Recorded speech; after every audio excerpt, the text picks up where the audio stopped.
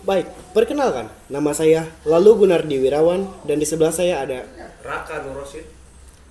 Baik, sudah.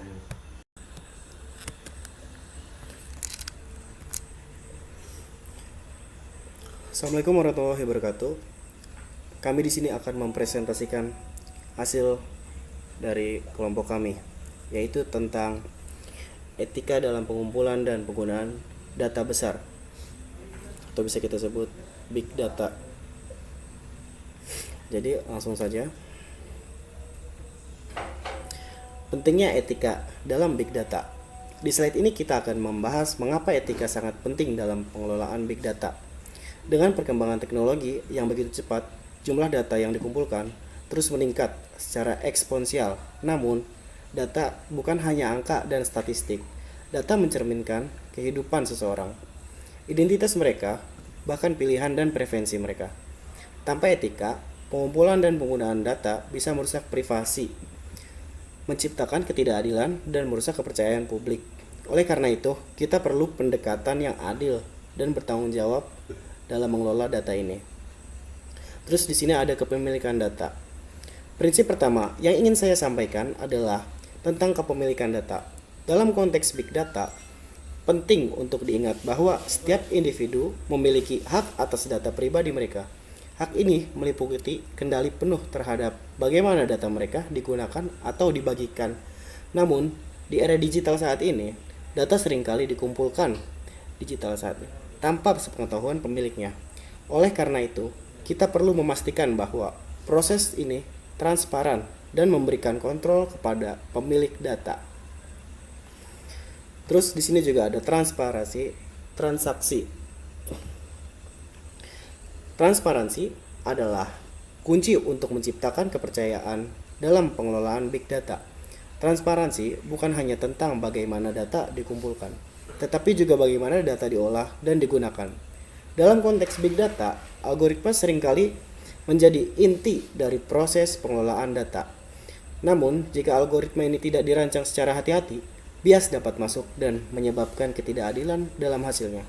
Oleh karena itu, transparansi dalam desain algoritma sangat penting agar proses ini dapat dipertanggungjawabkan. Terus di sini ada persetujuan dan privasi data. Sebelum menggunakan data pribadi seseorang, hal pertama yang harus diperhatikan adalah mendapatkan persetujuan yang jelas dan diinformasikan pemilik data harus tahu siapa yang mengakses data mereka, untuk tujuan apa, dan sejauh mana data mereka akan digunakan. Privasi adalah hak fundamental dan ini mencakup perlindungan data dari akses yang tidak sah. Mengabaikan prinsip ini bukan hanya merugikan individu, tapi juga menciptakan risiko hukum dan reputasi bagi organisasi. Di sini juga ada tantangan etika dalam big data. Seiring dengan peluang besar yang ditawarkan oleh big data, tantangan etika juga muncul. Salah satunya adalah bias dalam algoritma. Bias ini tidak dapat menyebabkan ketidakadilan, tetapi juga memperkuat diskriminasi yang sudah ada. Selain itu, keamanan data menjadi isu yang sangat hangat penting. Serangan cyber atau kebocoran data dapat menimbulkan dampak besar bagi individu dan organisasi. Bagaimana kita menangani tantangan ini akan menentukan masa depan pengelolaan yang etis.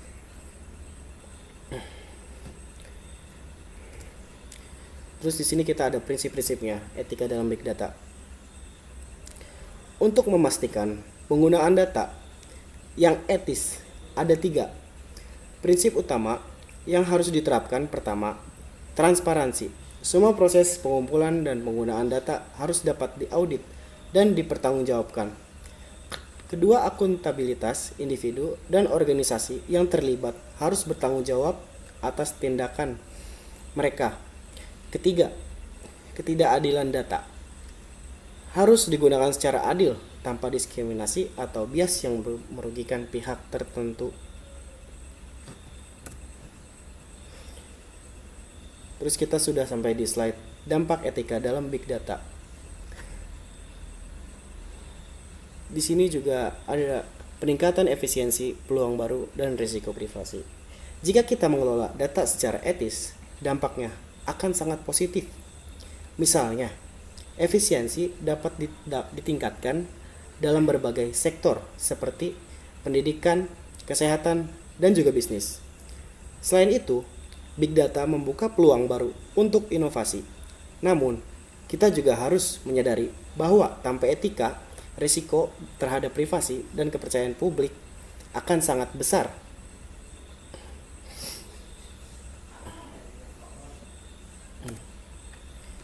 Di sini ada etika Big Data dalam kesehatan. Dalam dunia kesehatan, Big Data memiliki potensi besar untuk mendukung penelitian medis dan perawatan pasien. Namun, di balik manfaat ini, privasi pasien harus tetap dijaga, dan kesehatan adalah salah satu jenis data yang sangat sensitif, sehingga harus digunakan dengan sangat berhati-hati dan hanya untuk tujuan yang sah. Di sini pengertian dan pentingnya etika dalam Big Data. Yang privasi. Prinsip privasi memastikan bahwa upaya yang wajar dilakukan untuk menjaga privasi dalam transaksi data.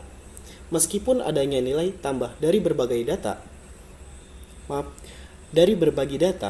penting untuk dipertimbangkan kekhawatiran privasi individu. Terus ada nilai data. Pertanyaan ekonomi muncul seputar berapa nilai data sebenarnya. Meskipun sulit untuk mengukur secara tepat, beberapa pendekatan mencoba untuk mengaitkan nilai data dengan nilai layanan yang diberikan oleh perusahaan teknologi. Keterbukaan data. Konsep keterbukaan data mengusulkan bahwa data harus tersedia secara bebas dan tanpa batasan yang akan menghambat penggunaannya. Langkah-langkah menuju penerbitan dataset terbuka oleh pemerintah telah didorong untuk meningkatkan transparansi dan akuntabilitas. Baik, saya akan melanjutkan presentasi dari saudara lalu. Di sini ada tantangan etika dalam pengelolaan big data. Pertama ada pemanfaatan data pribadi, yaitu pengelolaan big data menghadirkan tantangan etika yang harus ditangani. Nah, salah satu tantangan terbesar adalah terkait pemanfaatan data pribadi di era digital. Setiap aktivasi online meninggalkan jejak digital yang dapat dihimpun dan dianalisis. Dan slide selanjutnya sampingnya itu ada risiko pelanggaran privasi, yaitu risiko seperti pelanggaran privasi serta penyalahgunaan data menjadi perhatian serius. Selain itu, analisis data yang tidak akurat dapat memicu bias dan menciptakan ketidakadilan dalam pengambilan keputusan yang didasarkan pada data. Oke, selanjutnya ada praktik etis dalam big data. Yang pertama ada privacy by design dan transparansi algoritma. Yang kedua ada mengikuti regulasi seperti GDPR dan CCPA. Yang ketiga ada audit etika secara berkala. Dan yang keempat ada pendidikan literasi data untuk masyarakat. Studi kasus. Saya punya contoh tentang studi kasus untuk materi ini. Jadi, dulu ada skandal Meta dan pelanggaran privasi pengguna. Jadi, pada bulan Mei tahun 2024, Meta platform sebelumnya yang dikenal sebagai Facebook didenda sebesar 1,3 miliar US dollar oleh Uni Eropa karena mentransfer data pribadi pengguna dari Eropa ke Amerika Serikat. Ini melanggar regulasi perlindungan data umum.